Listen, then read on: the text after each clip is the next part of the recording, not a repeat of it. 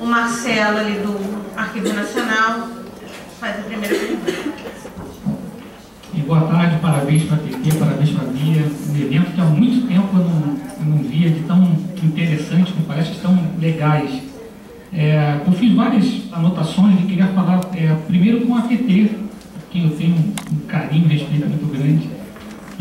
Quando você, aquela questão que você falou sobre avaliação de fotografia, que também muito a gente questiona isso, né, de seleção e tal, de múltiplos registros, de como tratar isso, né, que isso não está previsto em muitos manuais, em muitos pensamentos arquivísticos, e a gente, dentro do Arquivo Nacional, da Câmara Técnica também, a gente discutiu isso e a gente fez uma correlação com a questão das minutas que qualquer pessoa que trabalha com documento elabora, né? Você faz uma minuta de um memorando, uma minuta de um parecer e tal, e aquelas minutas, aquelas múltiplas minutas, você acaba descartando, e quem descarta isso, quem elimina isso, é o autor daquela minuta. E a gente compreende que, no caso dessas fotografias, por exemplo, né, que a nossa colega aqui está tirando, eu contei mais ou menos, era 10 a 15 fotografias de cada um, então são 10, mas... É que a chefe dela é obsessiva. Então, provavelmente, quem vai fazer essa seleção seria a própria, né? Que ela vai olhar aquela foto que a pessoa está de olho fechado, que não está legal, tal, então ela já vai fazer essa seleção. E a gente compreende que essa produção, grande produção de imagens digitais, passa mais ou menos por aí. Eu acho que isso é aquilo que pelo menos a gente imagina lá no arquivo. A questão do produtor e autor que você colocou, a Nobrad, tanto a ISAD quanto a Nobrad, ela permite que você faça adaptações, que você crie subcampos, assim por diante. A gente fez uma experiência, como a gente sabe que o campo produtor é um elemento que é obrigatório, mas a gente sabe que também ela não precisa ser repetida, a informação não precisa ser repetida, a gente coloca o produtor, que dentro do universo arquivístico, é a entidade que produz, o que acumula aquele documento, não necessariamente o autor dela. A gente coloca o produtor nos níveis mais altos, e no caso de fotografia, quando você chega no item, a gente pode criar um subcampo e então estabelecer isso numa nota, dizendo que naquele campo do produtor é o autor da fotografia, o autor, a pessoa que tirou a fotografia, né? Não entrando naquilo que o André colocou numa discussão mais ampla. A Aline, olha, eu achei fantástico a sua fala.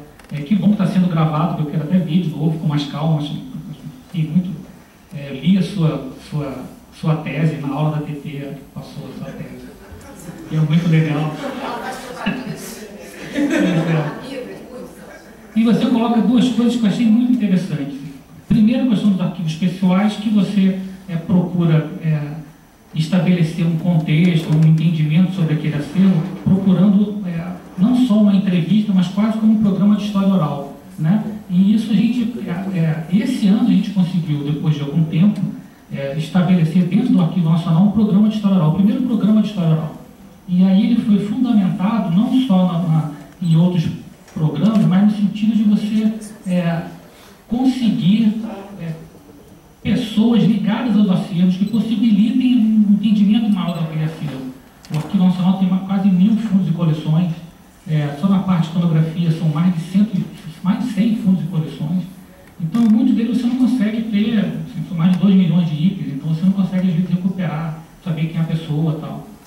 Então, eu fiquei muito feliz em ver que existe essa discussão, assim, o Paulo Final, nós já conversamos sobre isso em outros momentos também, e eu acho que a gente pode até, depois trocar figurinha entre as instituições, para a gente até pensar numa maneira mais normativa essa proposta toda, né? E aí uma outra questão que você coloca e que me trouxe, a primeira questão que eu escrevi aqui, quando você fala da Nobrad, que ela mais ou menos que obriga você a trabalhar com um plano de classificação, porque você está classificando de documentos, né? E aí volta tudo aquilo que eu como arquivista converso muito, falo muito sobre isso, é que dentro desse universo a gente não pode pensar de uma maneira estanque as coisas, né? Só ferramenta, só a descrição e tal. É claro que você tendo, e aí eu avanço um pouco nos meus questionamentos, se você tem desde o início da sua produção, né, uma gestão documental, você leva isso para toda a existência daquele documento, né? Aí volta no caso da nossa colega lá da TV Brasil, que de manhã ela perguntou que ela não sabe nada daquelas fotos, não tem nada, e o que ela faria com elas? E se você tem uma gestão documental desde o início, né, da sua produção, se essa fotografia que a nossa colega está tirando, ela já for classificada, já tiver por sua função, por sua tipologia, ela já for classificada, já tiver todo um acompanhamento da sua vida dentro de uma gestão documental, uma gestão arquivística, quando ela virar o documento permanente lá na frente, eu vou ter o contexto dela, tanto o contexto informacional quanto o contexto arquivístico. Então, eu acho que é importante, dentro desse diálogo, a gente pensar que dentro da trajetória do documento, né, o professor Piano falou muito bem disso, né, que dentro dessa trajetória o documento teve um passado, né, e esse passado ele pode ser muito bem registrado se tiver uma gestão documental. É claro que grande parte aqui trabalha com arquivos permanentes, então a gente já encontra o problema estabelecido, a gente tem que criar estratégias para isso. Só que se a gente aqui com profissionais ligados às instituições, se a gente compreender essa questão do contexto lá na gestão, eu acho que grande parte dos problemas a gente consegue diluir. Eu acho que isso é importante ser colocado. E por último, a questão que eu quero passar rapidamente, quem trabalha com imagem, né, e não só com fotografia, mas com imagem de movimento, tem um grande problema nas mãos, que é a questão do direito autoral e do direito de imagem. A lei de direito autoral hoje, do jeito como ela está vigente, a gente não consegue fazer nada. Né? A gente não consegue dar acesso, não consegue nem reproduzir para a preservação. Né? Se eu tenho um disco, né, da Casa Ecton de 1902, eu não tenho como, pela lei eu não posso reproduzir aquele disco para dar acesso. Então a gente tem uma série de considerações muito complicadas em relação ao direito autoral e ao direito de imagem. E eu queria saber de vocês, se dentro das suas instituições, se vocês dialogam ou trabalham em relação a isso também. Eu queria fazer uma proposta, já que a gente falou a beça durante quase todo o dia, se a gente não poderia fazer uma rodada de perguntas, porque aí dá a possibilidade de vários de vocês falarem e aí a mesa faz considerações. Mais alguém tem vontade de fazer uso da palavra? Não, só porque eu fiz a proposta.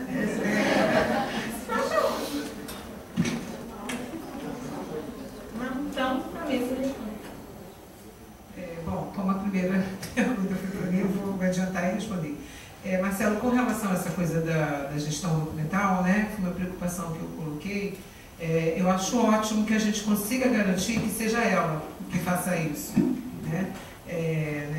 Esse paralelo que você fez com relação à questão das minutas, etc. E tal, por mais também que a gente sabe que nunca vai ter um controle sobre isso, porque às vezes também, né, o olhar, né, o recorte, a seleção que ela vai fazer, enfim, nem sempre, isso é uma questão também que implica, né, uma série de outras coisas que vão no próprio processo, né, de seleção e avaliação de documentos. Mas a minha preocupação foi justamente no sentido de que, de que forma que a gente, enquanto profissionais dessas instituições, no caso especificamente do Arquivo do Estado e dos arquivos públicos, né, que eu estou colocando diretamente aqui, que a gente tem essa inserção não só no tratamento da documentação permanente, mas também essa atuação no campo da gestão. Em função de uma situação específica que a gente tem lá no arquivo, que foi justamente relacionada a esse fundo que é a Assessoria de Imprensa e Divulgação, que a gente tem o acervo desse fundo cobre da gestão do Carlos Lacerda e vem até o Marcelo Alencar, eu fiquei na dúvida qual era a ordem, e até o Marcelo Alencar.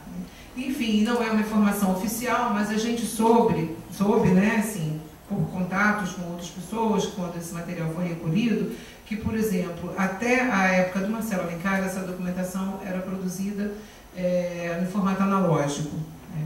A partir da gestão do Garotinho, esse material começou a ser produzido, né? Essa produção começou a ser feita através da imagem digital. E a gente, curiosamente, não recebeu nenhuma imagem referente ao governo, né, do Garotinho, nem da Garotinha, enfim. E assim, o que a gente ouviu falar, né, enfim, não sei se isso é boato, enfim, acho que nada foi comunicado a gente oficialmente, é que no apagar das luzes, quando eles saíram do palácio, eles deletaram tudo, enfim. Né? Quer dizer, que mecanismos que a gente pode criar no âmbito da gestão documental para garantir a preservação disso. Né?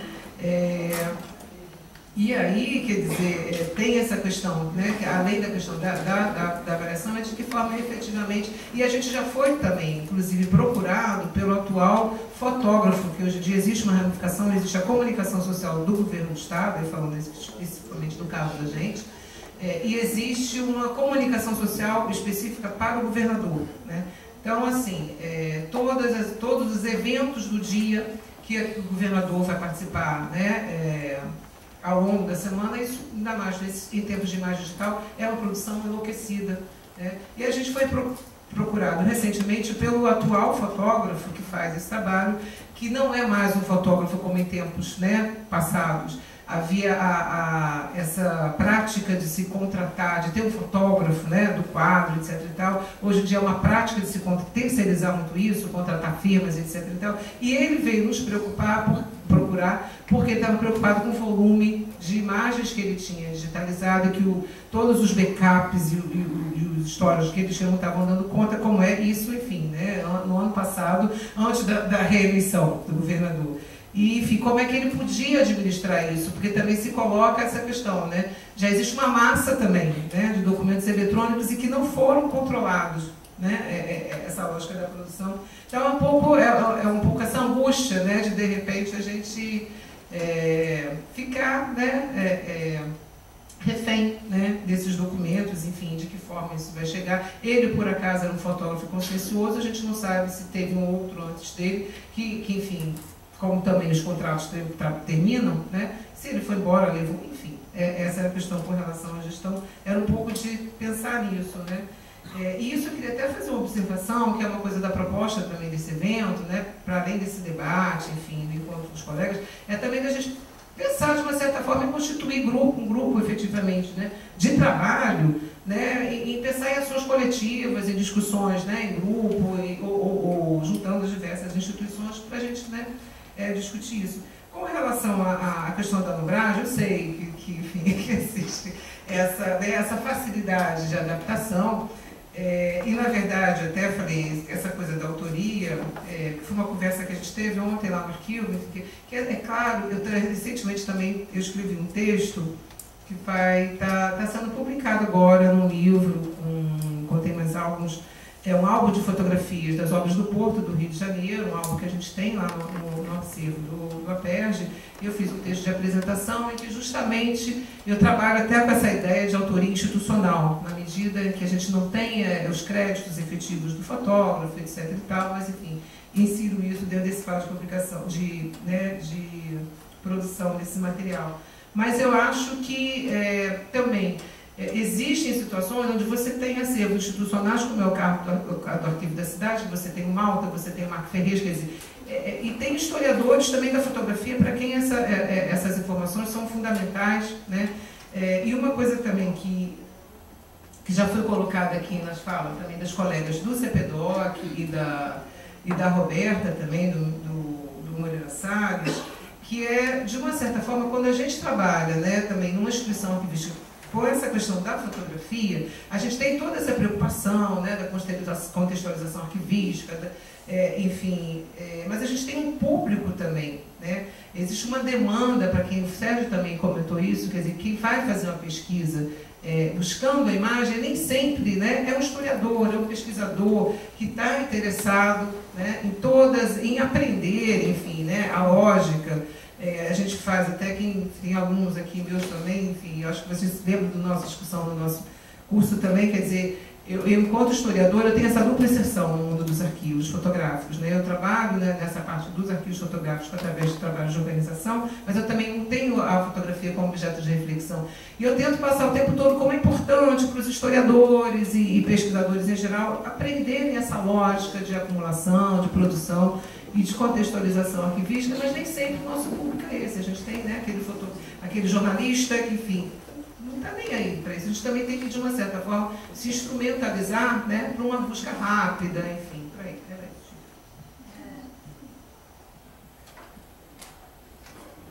Fazer um breve comentário aqui sobre a Nobrade. Eu acho a Nobrade legal. A Nobrade tem problemas, é evidente. A Nobrade é um primeiro resultado de uma árdua tarefa. 20 anos atrás tínhamos nada. Cada um falava uma língua, cada um dizia um negócio, enfim. Então a Nobrade veio para tentar juntar, e ao tentar juntar ficou evidente os problemas, né, de linguagem, etc. Por outro lado, eu também acho que a Nobrade, assim, foi publicada agora, a gente está começando a usar, né? Eu tenho ainda dificuldade de entender tudo aquilo na sua complexidade, tá? Precisa de um tempo para a gente digerir e para a gente começar a ter massa crítica, e aí sim, temos que arregaçar a manga, pensar, pesquisar e produzir. É a partir disso que a gente pode rever a NOBRAD. Questão de campos informacionais. Campos informacionais, eles não são campos informacionais, eles são categorias informacionais com relação à arquitetura da informação. Isso significa, então você tem um troço que é só produtor, produtor não é autor. Produtor é produtor. Você tem autor como produtor, você tem produtor como autor? Não sei, depende. Talvez num filme cinematográfico, o produtor ganhe áurea de autor.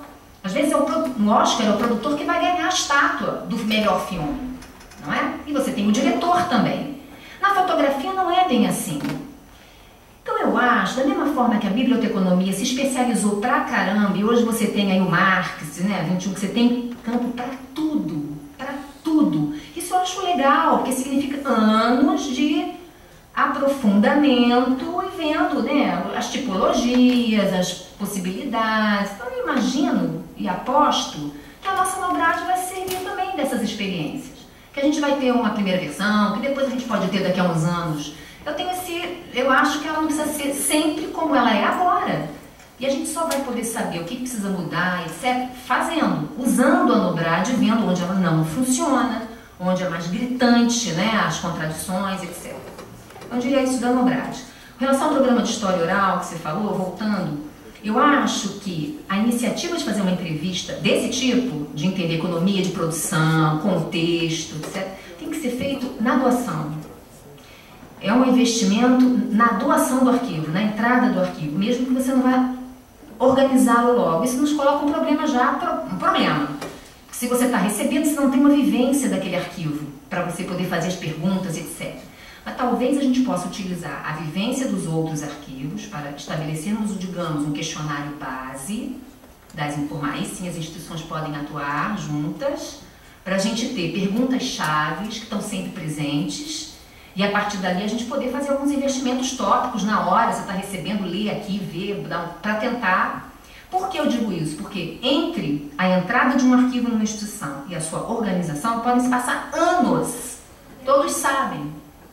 E aí a possibilidade de você ter acesso aos informantes, às pessoas que podem te servir para informar essas coisas, se perde totalmente. Não é mais você que recebeu, já é uma outra equipe que não vai... Então, isso é um problema para as instituições, que são morosas, né? A gente conhece isso, tem alguns problemas atávicos, assim, né? De você poder fazer mas é criar um programa, um serviço, algo que possa funcionar e ter uma norma e ter ser simples também, não complicar demais para poder ser feito, né? E essas entrevistas devem ser transcritas, deve-se gerar um arquivo delas, para você ter mesmo material para consultar, né? A questão da gestão que você colocou, eu concordo plenamente. O problema é que a gente tem um passivo aí nas instituições, não tem gestão, e é isso que a gente tem que lidar, né? Desde os arquivos do século XIX. Isso eu estou falando de fotografia, né? Que está presente desde o século XIX.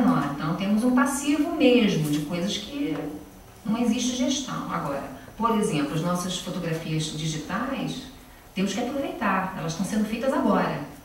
Então é importante que a gente participe disso. Eu concordo que a primeira seleção é do fotógrafo, uma seleção técnica, ele tira 1000 fotos desse evento, aqui tremeu, aqui não tem luz, aqui não...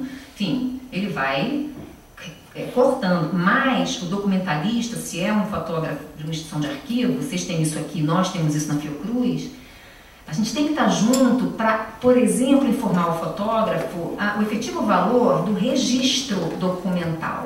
Pode não ser a melhor foto daquele sujeito, mas é a única que registra a presença no evento. Talvez aquela seja boa manter. Do ponto de vista técnico, ela descartaria, mas do ponto de vista de registro documental, para a gente é importante. Então, essa coisa fina é que a gente precisa sentar com o fotógrafo, estabelecer como norma. Que aí, aos poucos, a gente vai tendo um elenco de questões aí, ou de procedimentos que vão auxiliar nessa primeira, digamos, clivagem do material.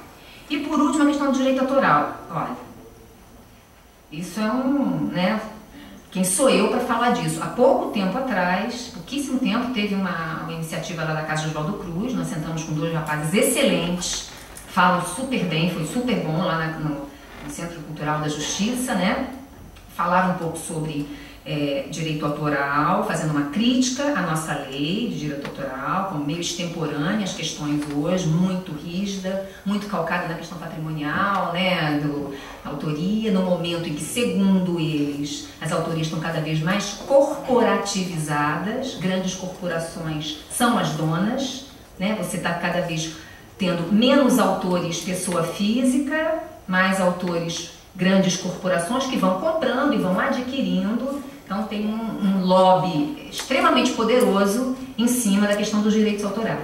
Versus, por exemplo, essa questão do direito autoral, versus, por exemplo, a questão quando a obra cai em domínio público. O domínio público, segundo eles, fotos do nosso acervo, da Fiocruz, pererá, muitas, e é verdade, do ponto de vista da lei, já são de domínio público e significa que a gente nem marca d'água deveria colocar na internet.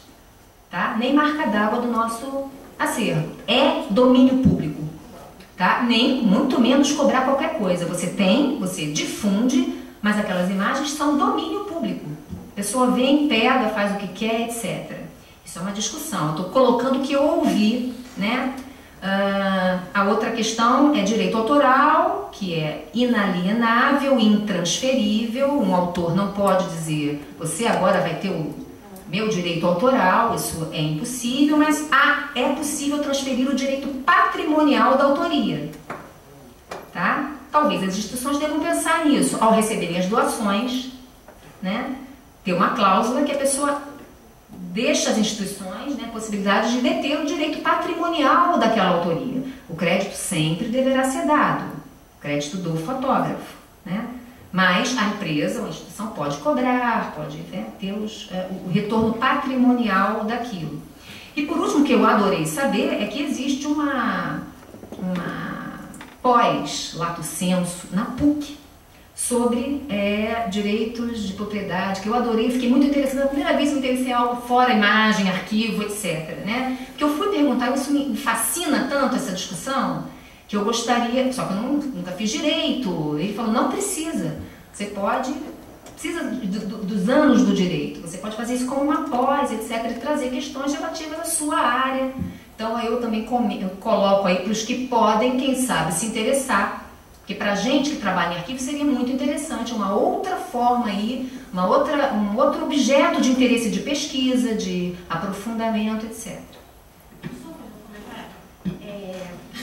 Primeiro, dessa questão do digital, no ideal é muito interessante pensar que ela poderia já vir a partir de uma gestão documental, mas não é isso que está acontecendo na maioria das instituições públicas, né? A gente está diante de uma transformação urbana com a Cidade Olímpica, há uma firma contratada pela prefeitura para fazer o registro disso e o arquivo não foi consultado. Eu me coloquei na discussão muito tempo depois e quis saber quem era arquivista que estava fazendo. Aí veio uma moça, uma jornalista, mas eu gosto muito de fotografia, trabalho com fotografia há muitos anos e você tem que lidar com esse tipo de questão. Então é um mundo ideal, mas não é isso que está acontecendo. Acho que tem um fascínio, um fetiche da fotografia dentro do poder público e você sabe que aí você encontra essa documentação se dispersando. E quanto a essa questão patrimonial, primeiro, quando a gente foi adquirir o Ari Maciel, uma das cláusulas que a Procuradoria exigiu é que, patrimonialmente, esse acervo passa a ser do Arquivo Geral da Cidade. E um pouco nessa questão da autoria, quando eu entrei na direção do arquivo, em 2006 a gente fez um seminário aqui sobre uso de imagem e direito de acesso à informação, trazendo, entre outras pessoas, a Silvia Gandelman, que é uma advogada e especialista em direito autoral.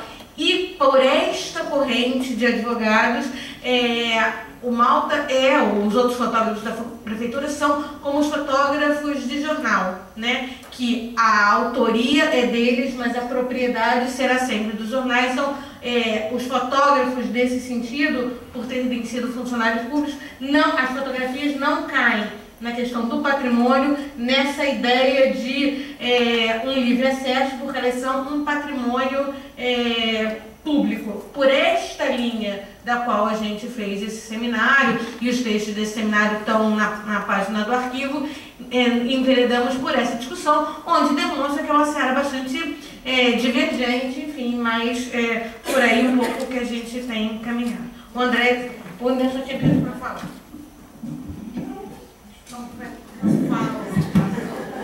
Obrigada, André, cavalheirismo, muito obrigada.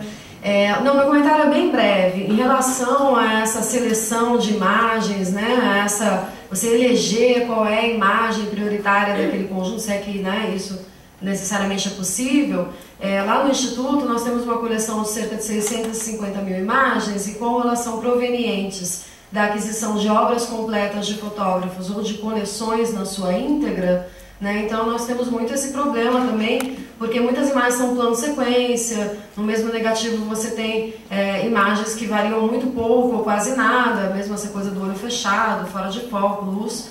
Então, se a gente estima que se fosse fazer realmente a eleição das imagens, né, eleitas, prioritárias e com o melhor ângulo e foco e luz, chegaríamos a 120 mil fotografias no acervo, né? Então, você reduz em quase 4 vezes esse número, né? E aí, o que nós estamos pensando em fazer? Eleger uma ou mais imagens e cada imagem que tem essas outras, ter as imagens variantes. Então, para o público, você acessaria daquele conjunto, de repente, 1, 2. Mas se você é um pesquisador que está interessado exatamente num trabalho sobre plano sequência ou não, eu quero ver todas, porque eu quero analisar como esse fotógrafo trabalhava, enfim, 1000 possibilidades, aí você tem a opção de clicar em ver imagens variantes ou ver todas as imagens. Então isso, de certa forma, resolve um pouco, porque a produção que você está fazendo hoje aqui no seminário, você pode adotar um critério e realmente você eliminar imagens que não sejam interessantes. Mas imagens históricas ou mesmo acervos de obras completas não é nem interessante e eu acredito nem se deve fazer isso, né? Então essa solução de imagem principal e variante acho que pode funcionar. A gente está tentando implementar isso, ainda não fizemos, mas é a nossa ideia. Em relação também ao direito autoral, não sou nenhuma especialista, também entendo muito pouco, mas essas imagens que estão em domínio público, tanto no Instituto Moreira Salles, que tem Marco Ferrez, tem imagens de 1865, imagens que já passaram mais de 70 anos ou da produção ou da morte do autor, né? E no próprio Museu da Imagem do Som, onde eu também trabalhava com esse tipo de acervo, o que é cobrado não é o direito da imagem, de uso da imagem, o que é cobrado é um valor simbólico pela gestão daquela imagem, pela preservação, pela guarda, pela reprodução. Lá, por exemplo, no museu você recebia só uma imagem digital, um CD, numa mídia. Lá no Instituto você recebe uma imagem tratada, uma imagem, né, que tem todo um trabalho, né, feito em cima, né, e mesmo assim é um custo bem menor do que o que se imagina. As pessoas acham que lá são valores excessivos, não é, e ainda mais para finalidades acadêmicas. Tem fotos lá que saem R$5, 7, 10, entendeu? Então o que é cobrado é pela gestão da imagem, não pelo direito. Só para deixar claro rapidinho, que sabe, o documento permanente, uma arquivo permanente, não é passivo de seleção, elaboração, pelo amor de Deus. Não, sim. É só uma produção. É só uma ideia. Mas numa curadoria tipo do INS, poderia, viu? Um lugar que trabalha com coleções, com questão de artística. Ele não é um arquivo, censo, que deixa um contato, né? É verdade. Mas aí talvez eles queiram trabalhar com um processo criativo, né? Porque não tem sentido cortar, você vai trabalhar com toda a obra do autor, desculpa. Mulheres, né? Mulheres, a mesa. Não, mas meus comentários são muito breves, né?